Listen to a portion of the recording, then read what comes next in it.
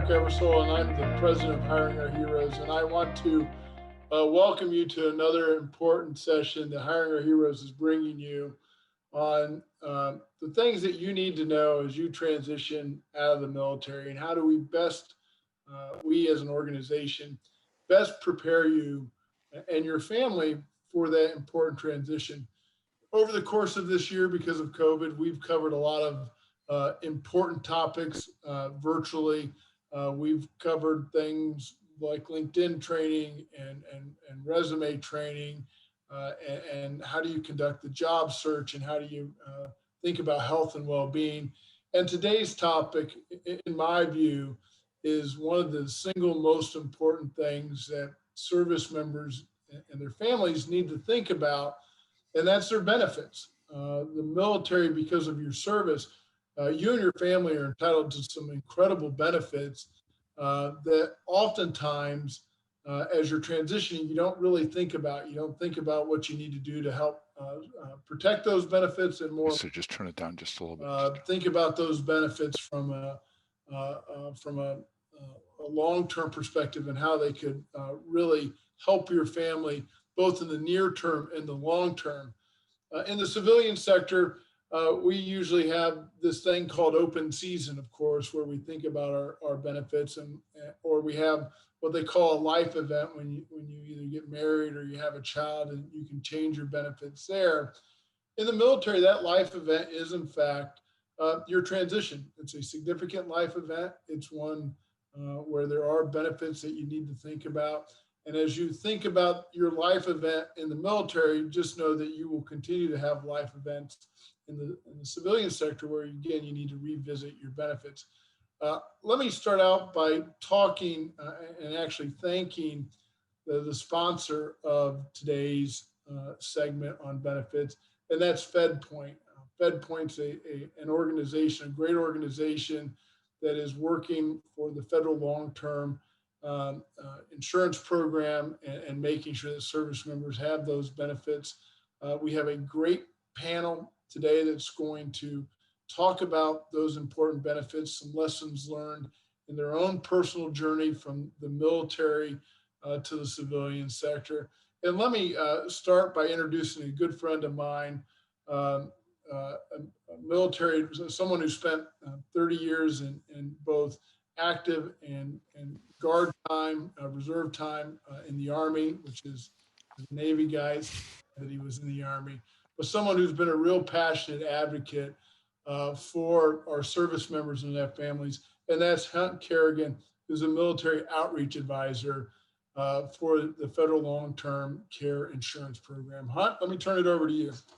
Well, Eric, thank you very much, and greetings from beautiful New Hampshire. You know, I spent 6 years with the Alaska National Guard, and I loved Alaska, but I'll say that New Hampshire is kind of like Alaska light. There's no moose running around here, but boy, it's still beautiful here. Yeah, I had the opportunity, great privilege and honor to serve 32 years, both active duty and in the Guard, and I retired about 5 years ago. And I guess what's interesting also is I'm a military spouse. My wife's in the Air National Guard, so I get to give you a perspective, not just as someone who retired, and I will provide some perspectives on that, but also now serving as a military spouse.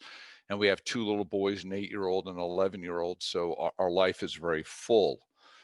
So I'm going to be passing on just a couple of insights on the federal long-term care insurance, and I'm going to share one or two stories in my life of things I wish I'd known when I was in the Guard, AGR full-time. I think I'd like to pass some of these insights on to you. So if you could play that video, I think it'll give a good background and kind of frame our discussion. Thank you.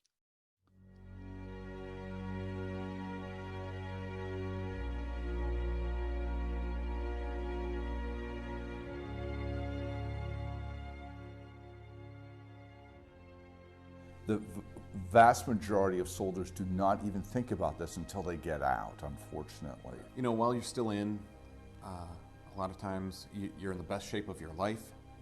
You're young, you feel invincible, you can take on the world. You're not even thinking of a time when you might need care or you might need someone to take care of you. Long-term care wasn't something I was thinking of. I was 29. I was at the epitome of my health. I felt like I could rule and rock anything that I wanted to. I felt invincible. So long-term care was not in my head. Well, I come from a military family. My father served in the Marine Corps. In fact, he served for about 30 years in the Marine Corps.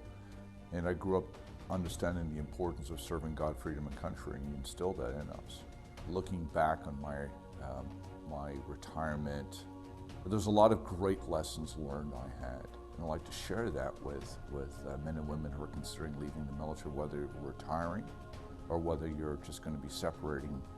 One of the most important things to do is start planning out your exit from the military. One of the things that I found as I went through this process is that I didn't even know what long-term care was, let alone long-term care insurance, and what would cover it and what doesn't cover it. You know, a lot of people think that the VA will automatically cover it, which it does in some cases. Oftentimes, people think that your health insurance, like TRICARE, for example, will cover it, or, oh, I'm on TRICARE for life. But it doesn't. It doesn't cover the long-term care needs. It certainly covers your health needs, your acute care, things like that. But when it comes to nursing home, assisted living facility, in-home care, it doesn't cover what you think it covers. So that phrase, hindsight is 20/20, is so real in this instance for me. Even though I was at a time in my life where you don't think about being anything but invincible, step outside of your I am superwoman zone and realize that one day, as you look at your mother, as you look at your grandmother, that's real, that evolution of life is coming at you. It will come to you. So if you can prepare for it in advance in any way, it really benefits you to do that. And then when you find out, okay, this is going to be covered as far as health care, very important to start looking into long-term care, something we don't really think about, particularly when in the military, until we get out. Long-term care is extremely important. If you plan early with something like the Federal Long-Term Care Insurance Program, that moment in time, the little bit amount of time and preparation it takes to apply and enroll can pay huge dividends later on for you and your family. So I strongly recommend that you look into the Federal Long-Term Care Insurance Program, because you will eventually get great benefit from it by pursuing it now. One of the important things to understand is that a long-term care need can arise at any time, whether it's from health-related issues or from an accident. So it's important to prepare ahead of time, because when you're in that event, it's stressful enough in and of itself. So if you have a protection in place, then that's one less stress, one less thing you have to worry about.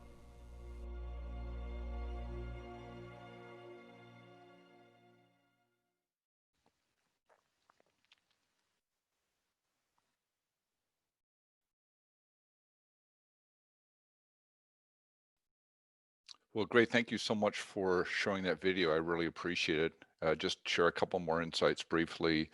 You know, like any other leader, I served as a brigade commander in Alaska, then I deployed to Afghanistan, and then I served in the Pentagon. So my op tempo and my family's op tempo was very high. And you're pushing, leading soldiers, making sure family members are taken care of.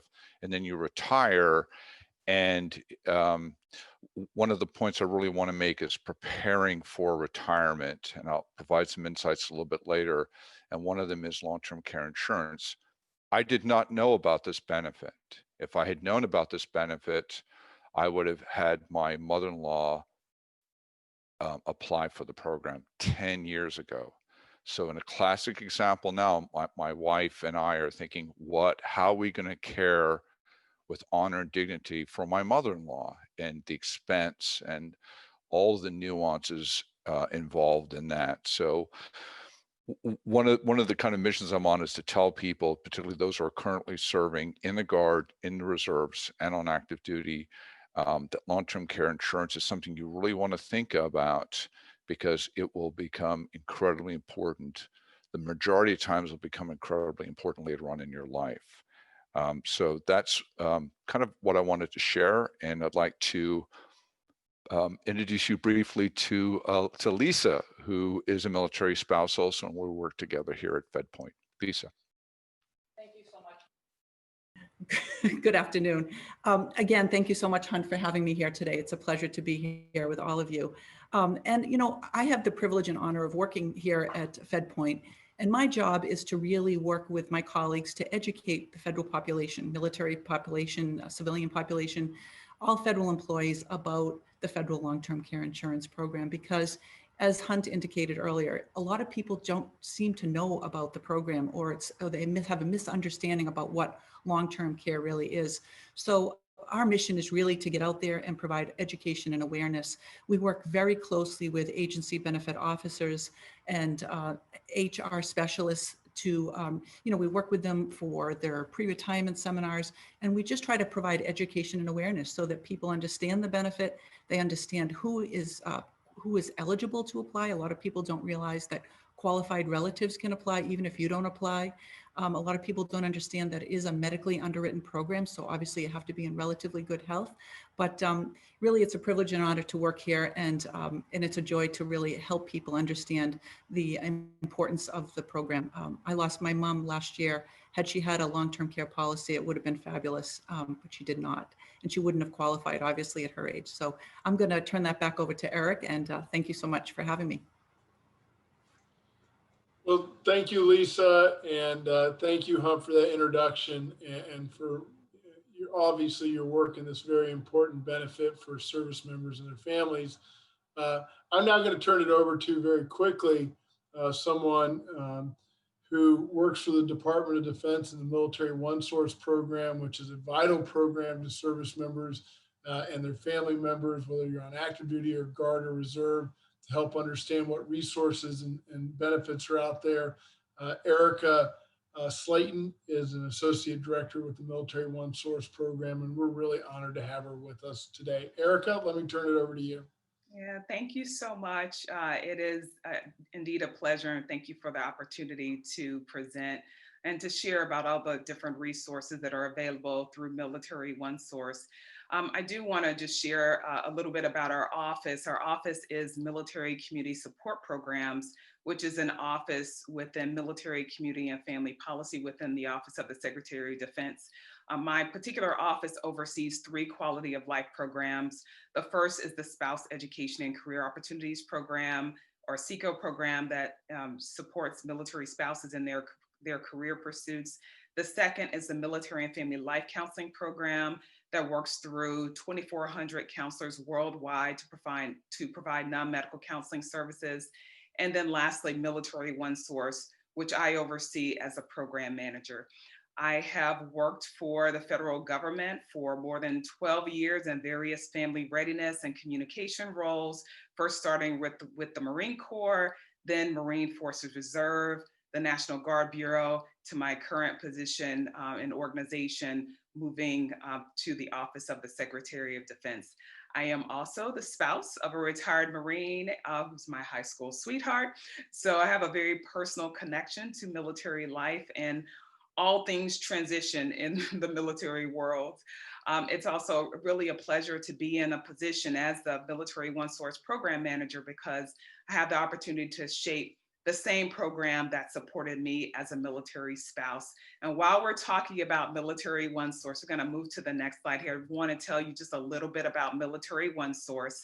Military OneSource is a Department of Defense funded program that provides 24/7 call center and web support for service members and their families. Our services are holistic, so that includes non-medical counseling, financial counseling services, tax services, and a variety of specialty consultations like peer support and health and wellness coaching. So I want you to imagine the graphic that's on the left side of the screen there as the entry point into Military OneSource if you look at the logo. And that entry point is a triage consultant. The triage consultant is a master's level consultant, again, available 24/7. They have a background in a social science field like psychology or marriage and family therapy. And their role really is to identify what the caller's need is, the issue, and then that consultant will provide a consultation or education, information, and referral to resources to meet that need. Our consultants are available by phone, by live chat through the Military OneSource website, And also, as we're talking about the Military One Source website, that also provides comprehensive information and resources to support military families, particularly who are transitioning as well. Again, I just want to thank you for the opportunity to join the panel today and share how Military One Source supports transitioning service members and military spouses. Thank you. Well, thank you for that introduction, Erica. And quite honestly, thank you for all you do for service members and their family members, and importantly, military spouses. We've had a wonderful relationship with One Source on so many levels, and really appreciate your team's incredible commitment and hard work on behalf of so many. So thank you. And thank you for joining us. You know, what we're going to try to do here is really have a quick panel discussion, talking from the team's perspectives here on some of the benefits and the programs, and importantly, some things that they've learned from both their work experience and also their own personal military experience. After that, we will go into a Q&A session. So I would encourage anyone who's watching that if you have a question, we will have time for those questions.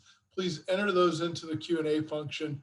We will get to them around 1:40, 1:45, and really look forward to digging deep into those questions.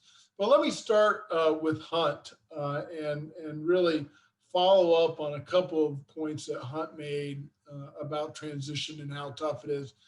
It's the one thing that we see from the Hiring Our Heroes perspective, the work that we do, that transition, no matter what rank you are, no matter where you're doing it, where you're doing the transition from, it's a tough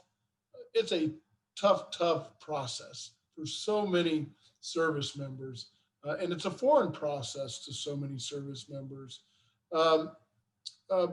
You know, and I think Hunt, you touched on it. And I think oftentimes when we do focus on transition, it's so much focused on finding that job, and that job is important. But Hunt, you really touched on a point about also taking a step back and really thinking about, you know, some of the, you know, both the near-term objectives, finding a job, taking care of some of the near-term benefits. But why is it so important to take a step back and look at some of the long-term financial consequences of transition and the benefits as well? Hunt, I'm going to ask that question of you first. Great. Well, Eric, again, I'm going to give you a perspective of having been retired now for 5 years, and kind of the shocks of when you retire financially. First of all, you start paying a lot of taxes that you're not necessarily used to, and a lot of things that you just take for granted in the military when you get out are not necessarily there. You know, I worked very closely with a one-star, and he said that transitioning out of the military is like the Rangers who scaled Point du Hoc in World War II and the Germans are firing down at them. It's a very daunting thing. It really is. And I think you just need to be prepared mentally and financially for that transition. Yes, you need to find what I call a post-military career. But leading up to that, I would say a year before you start considering leaving the military, is that your finances are wired tight, that you get yourself out of debt as much as you can, and you get prepared for at least a 6 month. It's going to take that long to find a post-military career, and then you have to start thinking about how TRICARE changes. Think about long-term care. You think about all these things prior to getting out of the service. And as you do that, you build a strong financial foundation for your family. And it's strange because when I was serving, I didn't have time to think about finances. I just didn't. It just, the money came in and, you know, you're serving, you're doing great things.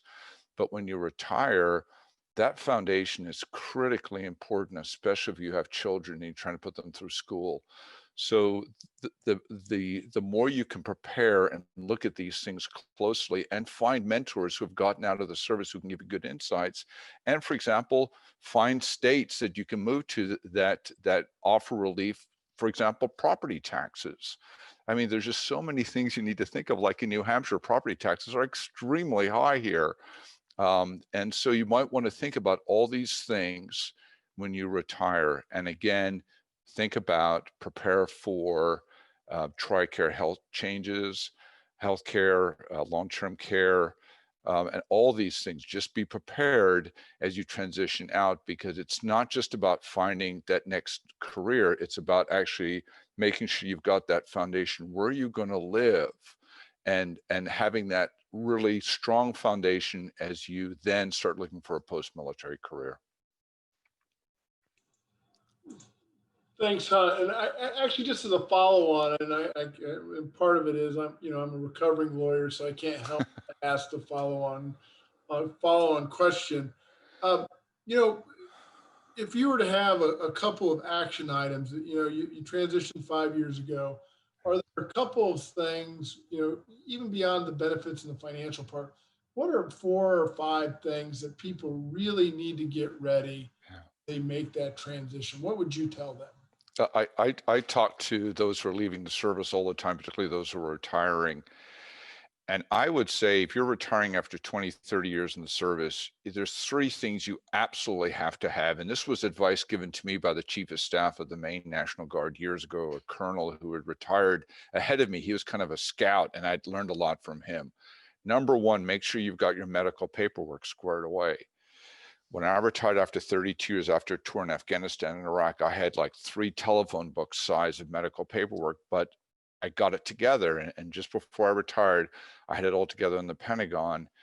So you need to have your medical paperwork squared away. Number 2, and I think the most important, is you need to find a great VSO, Veteran Services Officer. Incredibly important. Otherwise, it's kind of like driving a Porsche to a dealership, and the dealer and the mechanic's not there, and they go, we'll kind of figure out what's wrong with your car. So I brought my paperwork to that RSO, happened to be in Maine, by the way, because I knew I was moving to New Hampshire. I flew up to Maine, met with him, and he recommended some things. I did them before I retired. I took it really seriously because my family's welfare depends on that. That disability rating is incredibly important for your financial foundation. It's tax-free. It's very important that you do it professionally. I just ran into a Navy SEAL recently who's retired many years. He still hasn't gone to the VA. He still hasn't gone to the VA. So you have to take that really seriously. And then, and then the final thing is, outside of that, on the career front, I would say the most important thing also is to start networking, meeting people, and developing mentors. We started an organization here in New Hampshire that as senior military leaders, non-commissioned officers, and officers are transitioning out of the military, we actually assign them with mentors here that help them through the whole process. So if you just take your transition, particularly the VA, and the VA I found in New Hampshire treats me with great respect. So if you take that seriously for the sake of your family, because we're talking about decades that this will impact your family, that's the advice I give. Eric, thank you. Well, all great pieces of advice, and I would second every one of those things that you said. So thank you for providing that insight. Erica, next question's for you. We know that every service member, every family member has a unique situation. There's no one size fits all. But your team has really been working really hard on providing a host of resources, including resources that help people prepare financially for that, not only while they're on active duty, but during the transition and beyond. Can you talk a little bit about those resources through that life cycle, and also who qualifies for those services as well?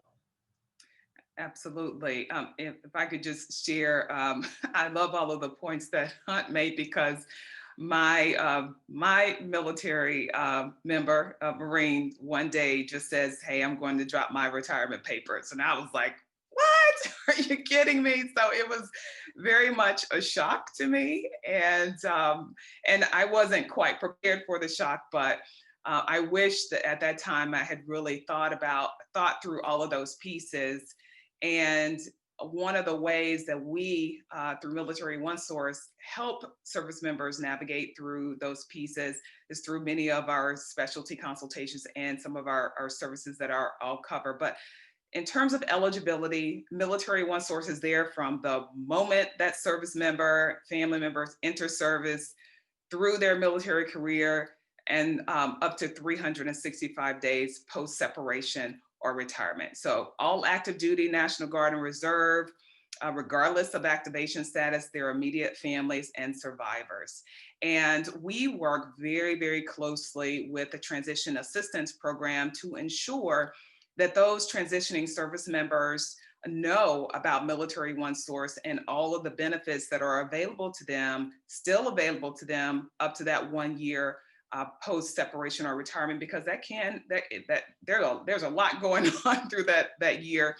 And one of the ways that we work with the TAP class is for those service members who opt in to receive transition assistance or additional transition assistance, we will conduct outreach to those transitioning service members. So in fiscal year 20, we reached out to more than 160,000 transitioning service members, just letting them know, hey, we're here to support you, especially with one of our most popular services, which is our tax services. And Hunt, again, talked about those taxes where as the military spouse, I handled all the taxes for the family. And yes, after that transition, there were some adjustments we had to make.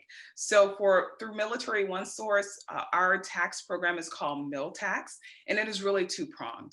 We offer tax consultants that are available year-round. They are enrolled agents, they're certified public accountants. They also have other certifications through the IRS, and they can support transitioning service members when they move to that new location and understanding various tax considerations that maybe they had in the military that now they'd have to think about a little bit differently now that they transition. So that's one piece of it with tax consultants.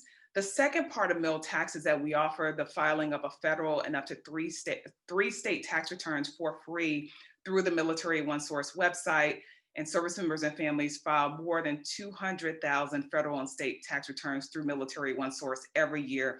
So a definite benefit through Military OneSource. We also offer through Military OneSource financial counseling, and that's from accredited financial counselors who offer their services by telephone, video, and face-to-face in some locations. And especially with the COVID-19 pandemic, many people are opting to receive services online. And through Military OneSource, we always provided virtual services. So that did not stop when COVID emerged here early in March. But through our financial counseling services, transitioning service members and their families can receive an unlimited number of financial counseling services. These counseling services can be around basic budgeting, debt, money management, and financial topics such as savings and retirement plans. So if a service member were to call about, let's say, insurance needs, then the financial counselors to Military OneSource will be able to provide that information and education and answer basic insurance questions, and then provide them with supportive resources. So many of the questions that transitioning service members might come to us with are like, how much insurance do I need? How much insurance can I afford? And what are some of the basic types of insurance?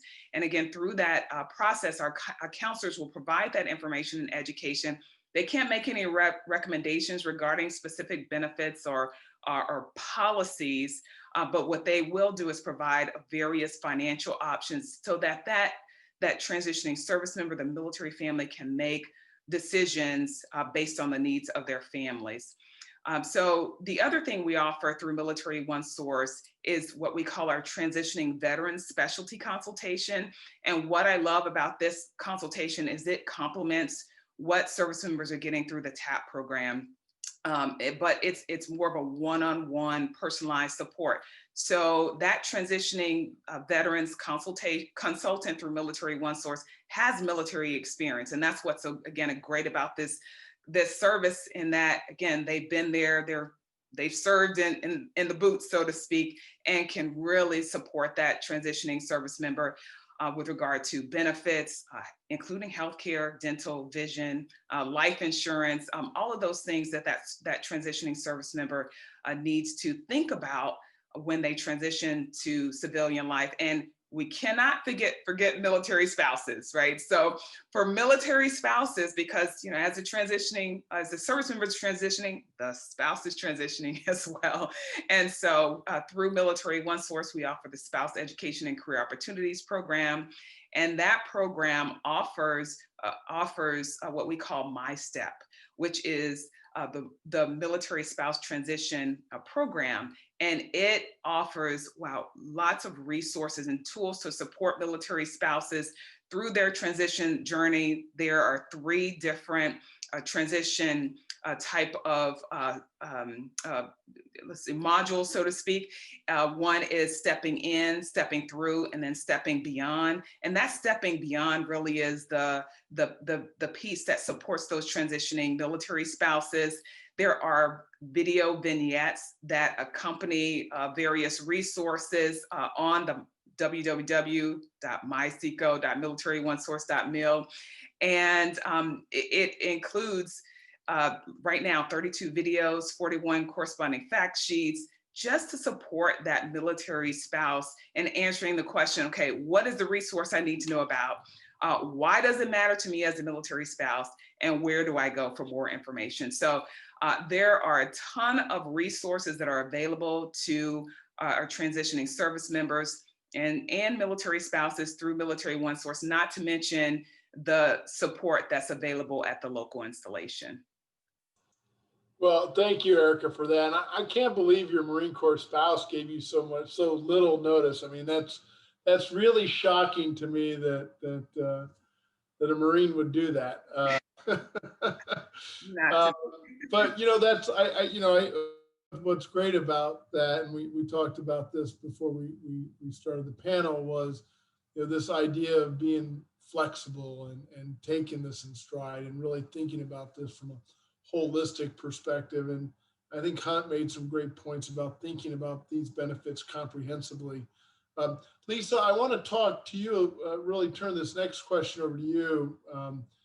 And that's really, we talked about the importance of federal long-term care, the long-term care insurance program.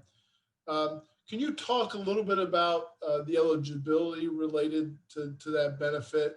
Then I know there's this important concept that's probably very foreign to many service members, this thing called open enrollment. And could you talk about that as well? So eligibility and open enrollment.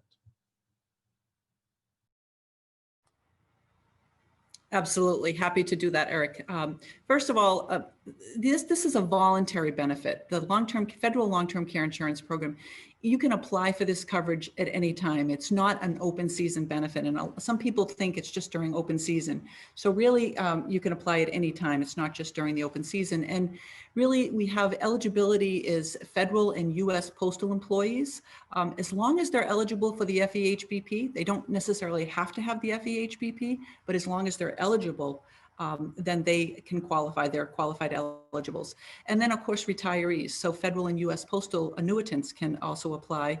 And then, of course, uniformed services. So active and retired members of the uniformed services. What people don't realize, and that it's really important, and that's one of my jobs, is to make sure that people understand, and I think I alluded to this earlier, that qualified relatives can apply even if you don't apply. So that includes your spouse, domestic partner, your adult children age 18 or over, your parents, your parents-in-law, and your step-parents. They are all qualified eligibles, and they can apply for this coverage even if you don't apply. So really important that people understand that, and that it's not just during the open season. And I think that's the biggest misconception. People think that, first of all, they don't really understand what long-term care is. We're talking about kind of custodial informal care. We're talking about like bathing, dressing, feeding, transferring continence, when you can't perform those activities of daily living. Or if you suffered from a major cognitive impairment, like an Alzheimer's event, that's what we're talking about when we're talking about long-term care. And couldn't agree more. And I think understanding, kind of the scope of who can apply for is probably a big news flash to a lot of folks as well. You mentioned in your intro a little bit about the passing, I think, of your mother, and sorry for your loss. But can you talk a little bit about, from your own personal experience, why, thinking about federal long-term care, the insurance program, and the benefit is so important to really think about now? I mean, we've touched on it a little bit about, it's easy to forget about when you're healthy and you feel good, but how important it is as we start to age to really get in front of that issue and not wait until you need it. Absolutely. As you know, I'd lost my mom, and it was very emotional. And if anyone's ever cared, actually provided care, you know that it's one of the most stressful life events for a caregiver. And women tend to be the primary caregivers when it comes to caring for loved ones. And I watched my sister just really care quite a bit for my mom. I did as well. But again, with the sandwich generation, I had my children later. I live in New Hampshire, and getting down to care for my mom was difficult. But I did it quite a bit, and it was very exhausting. And so usually a caregiver gets to sick themselves. So caring for a loved one, it's really, I think, having a long-term care policy. Had I known about long-term care years ago, I think I would have probably applied. My husband, as you know, is a federal employee, so I am eligible to apply. But caring for my mother was really exhausting. But also another point that I think is important to make is we're really talking about financial, because one long-term care event can actually derail your retirement. So that's when we talk about planning. And when I do my presentations and we're doing webinars, we're really talking about having estate plans, financial plans, retirement plans. But it's really important that people have the conversation. Who is going to pay and what's going to pay and who is going to take care of me? And having that conversation with your family members, because a lot of people just don't want to talk about it. I know when I talked to my mother, I said, Mom, let's talk about your finances, and what her comment was years ago was, listen, I have 4 beautiful daughters. You're all going to take care of me. And the reality is we all had our own lives. And, a lot of things have changed in the past generations. People are not living at home. They have better opportunities. So people aren't relying on their children to take care of them. And certainly you don't want to burden your children either. And that's what I said to my husband. I'm in my 50s, and I keep saying to my husband, it's really important that we apply for long-term care. And he's like, well, why? We're saving for college. And I said, listen, the older we get, the potential of coming down with some kind of a medical condition that might prevent us from getting into the program is real. And as we age, that's just the aging process. And this program is medically a medically underwritten product. So you have to be in relatively good health to get into the program. And so for me, I just say to my husband, it's something that we really need to think about sooner than later, because as I get older, I could potentially come down with something. So what I want to say is just simply this, that, caring for a loved one is exhausting, and it is one of the most stressful life events. And I think I said that. So having a policy certainly will alleviate that. And certainly, preserve your assets. If you want to leave money to your heirs, that's what we're talking about, preserving your assets. And you'd never know when a long-term care event can happen. It could be from the aging process. It could be from a chronic illness or a disease, from COVID. So it could be for any reason. Thank you, Lisa. And I'm just going to remind all the attendees, if you do have a question, please enter it into the Q&A. We're going to get to the Q&A function here in just a couple of seconds. So please start asking those questions in the Q&A session now, and we'll turn to them very quickly. Eric, I want to, I guess, go back to your spouse, who kind of let you know that you were retiring here pretty quickly. Let's take a step back from that. And had you had more time to think about separation, what would you tell audience members about thinking about these resources and benefits earlier in the process? And then where do they find those resources? How do they access them? Yeah, so you touched on a key word there. That is to start early. don't surprise your spouse by saying you're going to drop your retirement papers. But, really, it's all about, there are a plethora of resources that are out there, including Military OneSource. And the biggest thing is to just really understand what those resources are and how to access them. Certainly through each of the military services have their own transition assistance program, and through the courses that transitioning service members take, many of these benefits are conveyed through that TAP course. But let's say you go through the TAP course and maybe you forget something, then you can always call Military OneSource. Our call center is 24/7, as I mentioned. We have the triage consultants that are available. And I didn't mention, we do have what's called an elder care consultation. It reminded me of that when Lisa mentioned her family situation. And so through our elder care consultation, we can provide those supportive resources to support maybe a service member who is looking at supporting a loved one who maybe is in a different state or in a different location from that service member with their elder care needs, whether that's looking at staying in a home or somewhere else. So there are a variety of resources that are available through the call center. I already mentioned the live chat, so you can reach out to that same triage consultant at militaryonesource.mil by checking out our live chat and typing in a question, and then they will be able to connect you with supportive resources. And then I would be totally remiss if I did not share that on November 2nd, through Military OneSource, we launched a new My Military OneSource mobile application. And so it is a really great resource for the military community in general. You just answer a few questions, who you are, whether you're a service member or spouse, where you're located in terms of your installation, or maybe it's just a geographic area. And then the third question is your service or your branch of service. And then the app will customize a list of benefits and resources designed again for you.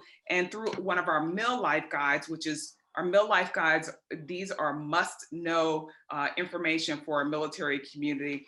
There are a number of Mil Life Guides, and one is on transition assistance. And one of the Mil Life Guides points you to an article, and it's about resources for a smooth transition. So lots of resources through the Military OneSource call center, of course, at the local installation, through the My Military OneSource app that's available on Google Play and at the Apple Store. So again, my advice is start early, understand what resources are available to you. And if you have questions or you're don't know where to start, you can always call Military OneSource and we'll point you to some supportive resources. Great, thanks, Erica. So team, we're going to turn to some questions now, and really excited to get into these questions. We got several that have stacked up here. We do have about 10 minutes, so we're going to try to keep our answers relatively short, but we'll get through them. Active duty, we have one question from Joe, who's an active duty service member transitioning in May. And his question is, does his spouse qualify for the federal long-term care insurance program? Yes, Joe, yes. Your spouse is a qualified eligible family member. Yes. Your spouse, domestic partner, yes. And as a quick follow-up on that, for anybody who's listening, where can someone go, Lisa or Hunt, to learn more about the FLTCIP program and the benefits? I would definitely encourage people to visit our website. Our website is fabulous, ltcfeds.com. There is all kinds of information for you to get familiar with the long-term care program. We also have program consultants that are fabulous, and they can walk you through a program and how to customize a program that's going to best meet your personal and financial needs. And they can provide 5 different quotes for you. And so I would definitely reach out to the program consultants, ltcfeds.com, the 1-800 number. We have a resource at the end here that we can put up for you. But definitely the resources are there for you. Great. And I think that this is something, I'm just going to make a little infomercial for how far we've come as a nation when we come to these benefits. But Erica, you showed this amazing new app and how far we've come. Lisa, you just mentioned this fantastic website to really learn about those benefits. These are really the easy to use tools, and they're not your grandfather's website, right? Or even your older uncle's website. They've made a lot of progress in the last couple of years, a lot of investment there. So I would encourage everyone to go visit them and look at those resources. A similar question, again, I think it goes to eligibility, and that is, are there any age limitations related to federal long-term care insurance program? Absolutely. There's just the only age limitation is age for children age 18 or over, they can apply. But so obviously younger children wouldn't be eligible. But really, we see people coming into this program in their 50s. People start thinking about it in their 40s and 50s.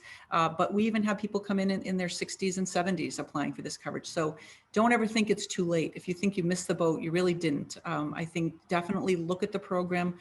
Rates are, most people choose a program based on their age because the younger you are, it's much more affordable than coming in later. So, but the beauty with this program too is that you can customize your program. We have two options. We have automatic compound inflation and then future purchase option.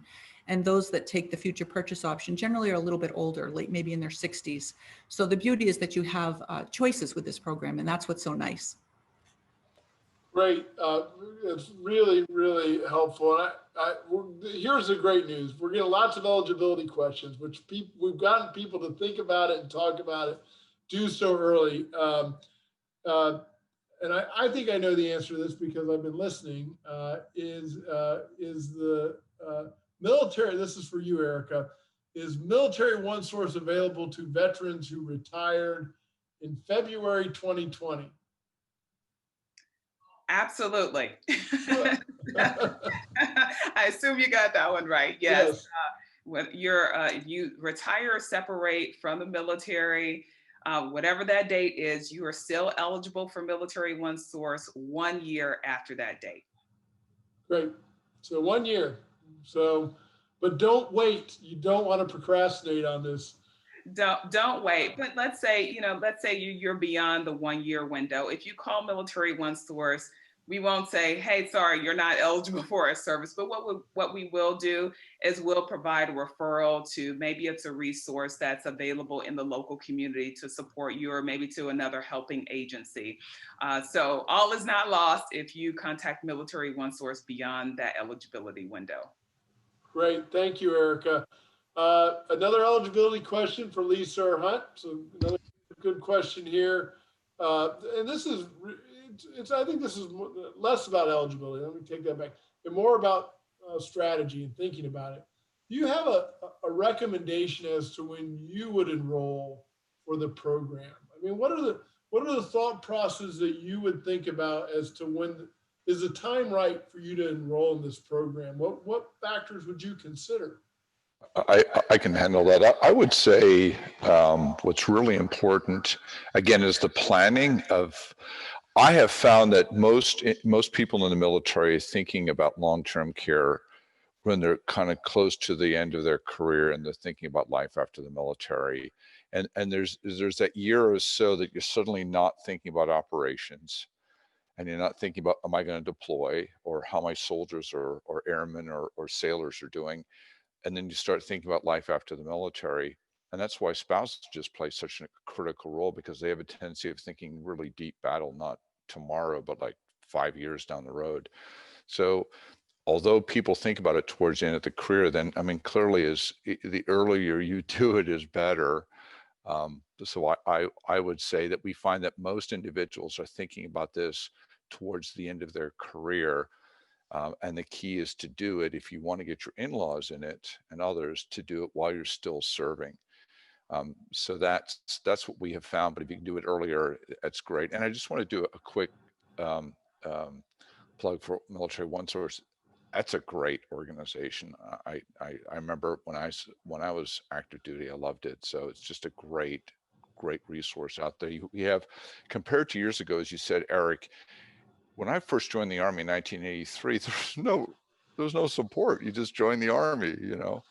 Now there are so many organizations that are out there that support when you're currently serving, and then when you transition out, and then even when you're a retiree.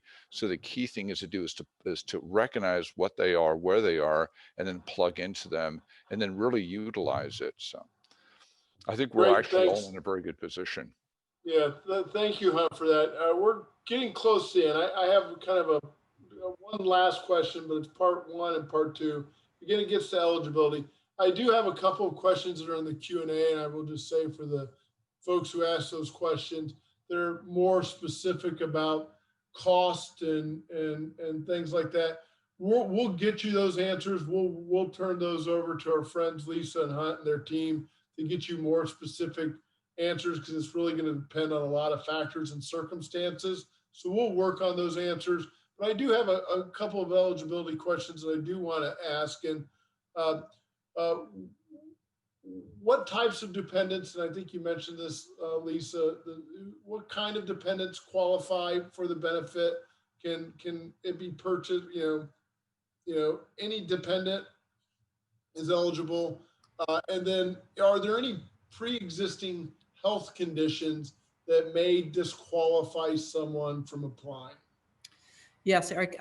So your adult children, in terms of dependents, your adult children. So if they're your children, age 18 or over, and of course, pre-existing conditions, there are some medical conditions or a combination of conditions that might exclude someone from getting in. And we clearly state that in the application. So the first 6 questions we ask you: are you currently needing assistance with activities of daily living? Or let's say, are you using a 3-prong cane? Those are automatic strikeouts. Do you have ALS? Do you have MS? So there are certain conditions that would automatically disqualify you. But if you answer no to those questions, you just continue filling out that application. And again, we will probably, anyone that gets into this program, we will request your medical records. So we will take a look at your medical records. We have very stringent guidelines to get in here, absolutely. Because we want to be there to pay your claims, and we just paid over $1 billion of claims. So what I would say is, if you're thinking of applying, apply before your next birthday, because when we talk about costs, every year it gets a little bit more expensive if you haven't applied. So every year, I'm in my 50s, so next year, if I wait to apply, it's just a little bit more expensive. So, and the other point is, you want to do this when you're in good health, because we know that we come down with conditions that we never thought we would when we get older. And some might prevent you from getting in.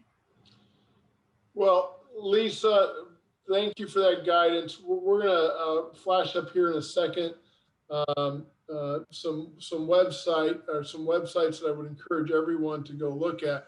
But before we do that, let me just thank our speakers again for what has been a very engaging conversation, very informative. Really appreciate the information. We will make this information available on Hiring Our Heroes and our web channels. Erica, thank you for being with us today. Great presentation. Thank you for everything you do at OneSource. Hunt and Lisa, great work at FedPoint and the Federal Long-Term Care Insurance Program.